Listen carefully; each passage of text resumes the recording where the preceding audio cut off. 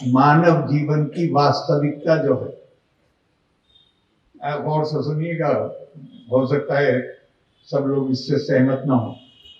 मानव जीवन की जो वास्तविकता है, दो चीजें होती हैं, एक वास्तविकता होती है, एक महत्वाकांक्षा होती है, ख्वाहिश होती है। एक वास्तविकता है, इन परिस्थितियों में हम रह रहे हैं, लेकिन साथ में हमारी एक इच्छा होती है, हम अपनी परिस्थितियों को बदल के एक आदर्श स्थिति पैदा करना चाहते हैं। होती है या नहीं होती? हर किसी के अंदर होती है। तो हमारी जीवन की जो वास्तविकता है वो मानव जीवन की, हमारे भारत की नहीं अकेले, मानव जीवन की जो वास्तविकता, कॉम्प्लेक्सिटी को क्या कहेंगे साहब? कॉम्प्लेक्सिटी मतलब उसकी जो व्यापकता या उसकी जो कठिनाइयां या वो सब गुंतागुंत, तो वो प्रतिबिंबित होती है महाभारत में। जो वास्तविकता है, जो कॉम्प्लेक्सिटी है जिंदगी, वो महाभारत में प्रतिबिंबित होती है। और महत्वाकांक्षा, जिसका आदर्श, जिसका आधार वो चीजें होती हैं जिन्हें आप अपना आदर्श मानते हैं, जिन्हें आप अपने बच्चों को चाहते हैं कि मेरा बच्चा ऐसा बने। वो प्रतिबिंबित होती है रामायण में, राम के चरित्र। ये कोई मतलब, एक तो धर्म का मतलब रिलीजन नहीं है ही नहीं, हमने गलत ट्रांसलेशन, अनुवाद एक्सेप्ट किया हुआ है। धर्म का मतलब ही ये है कि वो कोई समानांतर चलने वाली धाराएं नहीं हैं।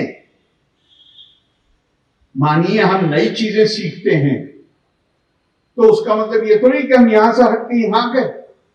स्वामी विवेकानंद कहते हैं कि हम अपने जीवन में we travel from lower truth to higher truth. हर दिन हम जिंदगी में सीखते हैं। अब वो जब हम सीख रहे हैं तो कन्वर्जन थोड़ी है, हमें ज्ञान का अर्जन हो रहा है। तो ये मामला उपासना का मैं इतना हर किसी को हक हासिल है। जब हम हर चीज में, जीव आत्मा में, हम मानव भी नहीं कह रहे, हम जीव आत्मा में परमात्मा को देखते हैं। आपको हक है, आप चाहे जहां उपासना करिए। कौन मना कर? भाई मैं, यही फर्क है दूसरी संस्कृतियों में और हमारी, कि हम किसी का भी इस्तेमाल, जिसके अंदर हम ब्रह्म को देख रहे हैं, परमात्मा को देख रहे हैं, हम उसके शोषण का कैसे सोच सकते हैं? अगर हमने किया है तो वो हमने अपने साथ, अपनी संस्कृति के साथ अन्याय किया। तो राम, थोड़ी देर के लिए गौर करिए कि भूल जाइए अयोध्या। आप अपने बच्चों को कुछ नैतिकता का कुछ पाठ पढ़ाते हैं या नहीं पढ़ाते? वो बेटा हो तो किसके जैसा आचरण करे, राजा हो तो किसकी तरह आचरण करे। अब राजा पे मेरे दिमाग में आ गया,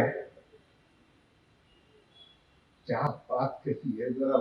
और अब फिर आपने लंबा कर दिया, मैं 2 मिनट और करते ही नहीं तो।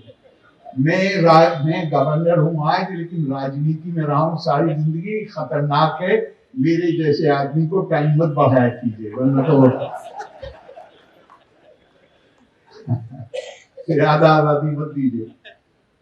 क्या अब राजा की हैसियत से देखिए क्या कहते हैं।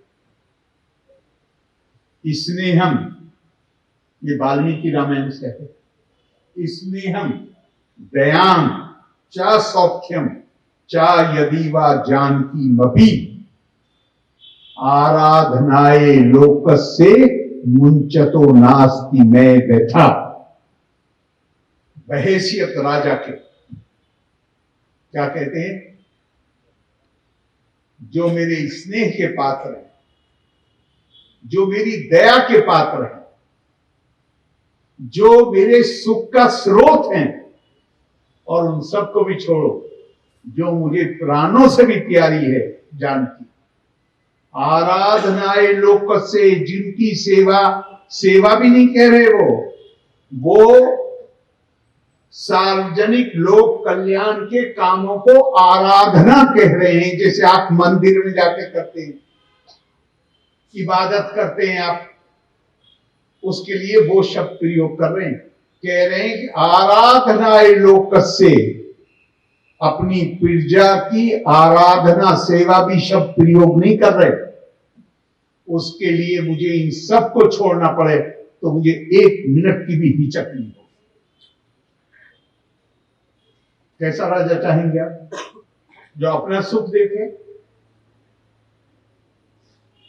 अपने में लगा रहे?